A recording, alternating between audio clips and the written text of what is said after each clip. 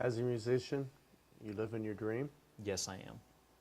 What's the memory? What's the highlight that stands out? Like, man, I couldn't believe here I am on stage and, or this stage and, or Right. something. There's been a few of them. Actually, this year was great because there's a lot of those moments that happened in the course of this year. Like I was telling you before, I started with Jimmy Wayne back in February of 2009, this past year. And shortly thereafter, we were told that we're going to be opening up for Brad Paisley the entire summer from the beginning of June all the way to the end of October, playing all the sheds, all the arenas, basically on average 15 to 20,000 people a night for some 40-something odd dates. So I'm like, this is great, a nice solid tour, a nice steady paycheck, which is always good. But the fun part is I got to play Madison Square Gardens.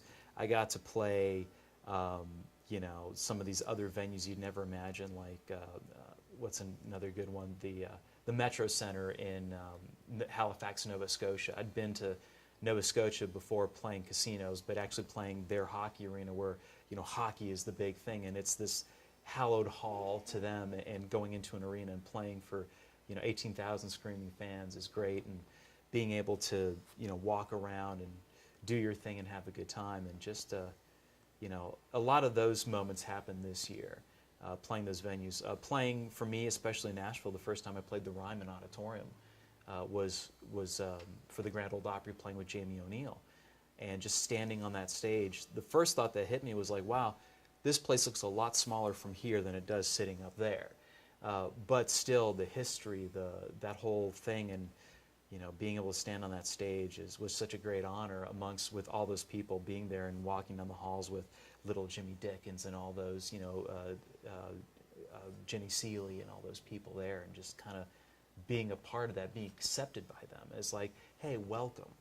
That was, to me, especially being in Nashville and being in this community, is something that I'll never forget.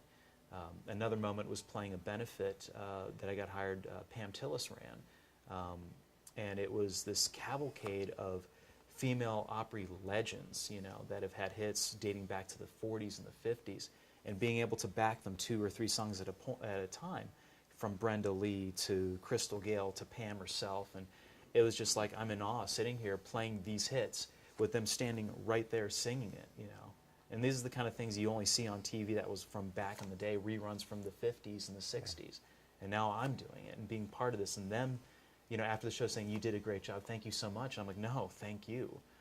That was some of those moments that I'm like, wow, I'm making it, beyond making a physical living at it, the financial aspect, those are those moments where I really cherish being where I am today.